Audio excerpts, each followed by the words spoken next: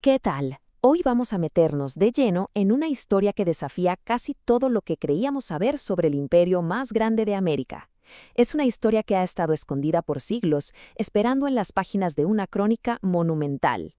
Y todo arranca con esta pregunta. Una pregunta que lo cambia todo. ¿Y si los incas, los famosos constructores de Machu Picchu, en realidad no fueran los gobernantes legítimos? ¿Y si fueran más bien una interrupción en una historia muchísimo más antigua y pura? Bueno, para responder a esa pregunta, tenemos que conocer a nuestro protagonista, Felipe Guamán Poma de Ayala.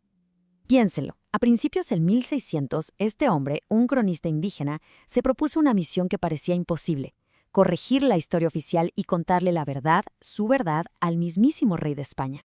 Y lo que hizo fue crear una de las obras más fascinantes de la historia colonial.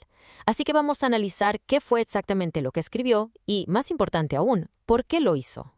Miren, su obra, La Nueva Crónica y Buen Gobierno, no es un simple libro de historia, para nada. Es literalmente una carta épica de 1200 páginas, llena de textos y dibujos increíbles, dirigida directamente al rey Felipe III.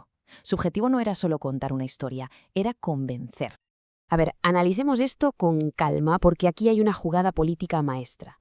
Guamán Poma tenía tres objetivos clarísimos. Primero, legitimar a los líderes andinos locales, como él, conectándolos nada menos que con el linaje bíblico de Noé. Segundo, demoler la legitimidad de los incas, pintándolos como unos tiranos idólatras. Y tercero, y esto es clave, usar todo este argumento para proteger a su gente, para decirle al rey: oye, los verdaderos y fieles gobernantes de los Andes somos nosotros, tus aliados naturales. Y para armar todo este caso, Guamán Poma no empieza por donde uno esperaría. No empieza con los incas. No. Él se va mucho, mucho más atrás en el tiempo. 5300 años antes que ellos. Y divide toda la historia andina en 4 grandes edades. Esta línea de tiempo es básicamente el mapa de su argumento. Vamos a recorrerla. Vamos a ver las 2 primeras edades, porque aquí es donde Guamán Poma pone los cimientos de todo su argumento. La idea de un origen puro, monoteísta y, sorpresivamente, muy conectado con el Dios de los cristianos. En la primera edad, los Wariwiracocha Runa, según él, son los descendientes directos de Noé que llegaron a los Andes después del diluvio. Ojo, conocían a un solo Dios creador y no adoraban huacas, o sea, no tenían ídolos. Su vida era muy simple, se vestían con hojas, vivían en cuevas. Luego, en la segunda edad, los Wari Runa, sus descendientes, mantienen esa pureza. E incluso Guamán Poma dice que hasta tenían una idea de la Trinidad. El punto fundamental aquí es la fe pura, sin idolatría, desde el principio. Y fíjense en esta cita, porque resume perfectamente cómo era su fe. No había rituales complicados ni templos fastuosos, era una conexión personal, un llamado directo al Creador. Esta pregunta tan simple lo dice todo sobre la pureza espiritual que Guamán Poma quería mostrar. Pero claro, el mundo no se queda así de simple para siempre. En la tercera edad, las cosas se empiezan a complicar.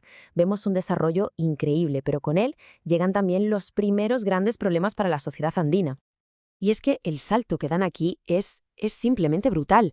Imagínense, pasan de vestirse con hojas a tener ropa tejida, de vivir en cuevas a construir casas de piedra con plazas. Y la agricultura se vuelve mucho más sofisticada, con sistemas de riego y todo. Fue una verdadera explosión de innovación. Y claro, todo este crecimiento trajo consecuencias. Primero, la población se dispara. Y con más gente, ¿qué pasa? Pues que aparecen las jerarquías. Reyes, señores, capitanes. Y con eso, inevitablemente, llegan las primeras guerras por tierras, por recursos. Hasta la muerte se vuelve más compleja, con entierros en bóvedas decoradas. Pero, y aquí viene lo más importante, lo que Guamán Poma quiere dejar clarísimo, es que a pesar de las guerras y de toda esta nueva complejidad, esta gente no perdió su fe original, no cayeron en la idolatría.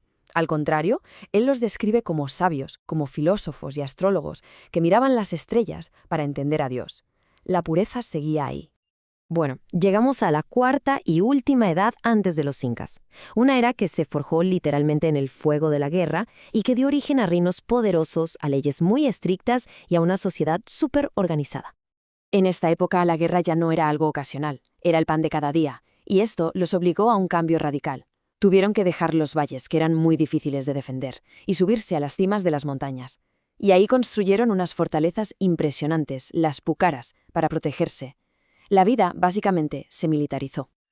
Pero ¿saben ustedes lo más increíble?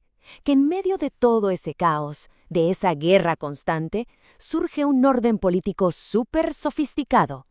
Crearon una jerarquía muy clara, con líderes para grupos de 10, de 100, de 1000 y hasta de 10.000 personas. Esto no era un mundo primitivo, para nada. Era un sistema político complejo mucho antes de que llegaran los incas. Y la forma en que Guamán Poma nos pinta a los reyes de esta época es, bueno, son prácticamente perfectos. Los describe como temerosos de Dios, casi como si fueran cristianos antes de la llegada del cristianismo. Eran justos, aplicaban leyes duras contra los crímenes, pero no eran tiranos, no le exigían tributos a la gente. Y valoraban la sabiduría de los ancianos. E increíblemente, Guamán Poma llega a decir que ya sabían de la existencia de un lugar lejano llamado Castilla. Y acá, es donde todo cobra sentido. Esta es la pieza clave del rompecabezas personal de Guamán Poma. La razón por la que describe a estos reyes con tanta admiración es porque él afirmaba ser descendiente directo de ellos, de la casa real de los Yarovilca. Su crónica no es solo historia, es su reclamo de linaje, su reclamo al poder. Muy bien, ya tenemos todo el contexto. Hemos recorrido más de 5.000 años de historia y ahora sí llegamos al momento clave, al clímax del argumento de Guamán Poma, el juicio final contra el Imperio Inca. A ver, hagamos un recuento rápido. Durante 4 edades, a lo largo de 5.300 años, Guamán Poma nos ha dibujado un panorama de un pueblo que, con todo y sus problemas, mantuvo una línea directa de fe en un solo Dios creador. Ha establecido un estándar de lo que es ser un gobernante legítimo. Y de repente, ¡pum!, en medio de esta historia larga y pura, aparecen los incas. Y la descripción que hace Guamán Poma de ellos es demoledora, directa. No los ve como los herederos de esta gran tradición, sino como sus destructores. Los llama, sin más, usurpadores e idólatras. Miren esta comparación, porque aquí está, en esencia, todo su argumento político. Por un lado, los reyes preincaicos, descendientes de Noé, legítimos. Por el otro, los incas, usurpadores. Los antiguos eran monoteístas, los incas idólatras, adoradores de huacas. Los antiguos eran reyes justos, los incas unos tiranos. El contraste es total. Así que si seguimos la lógica de Guamán Poma, la conclusión es clarísima. El gran pecado de los incas fue la idolatría. Al romper esa conexión de miles de años con un solo Dios creador, al empezar a adorar múltiples huacas, perdieron todo su derecho a gobernar. El poder legítimo, por lo tanto, seguía en manos de los descendientes de los reyes antiguos, como él. Al final, la crónica de Guamán Poma, nunca llegó oficialmente a manos del rey, pero por suerte sobrevivió.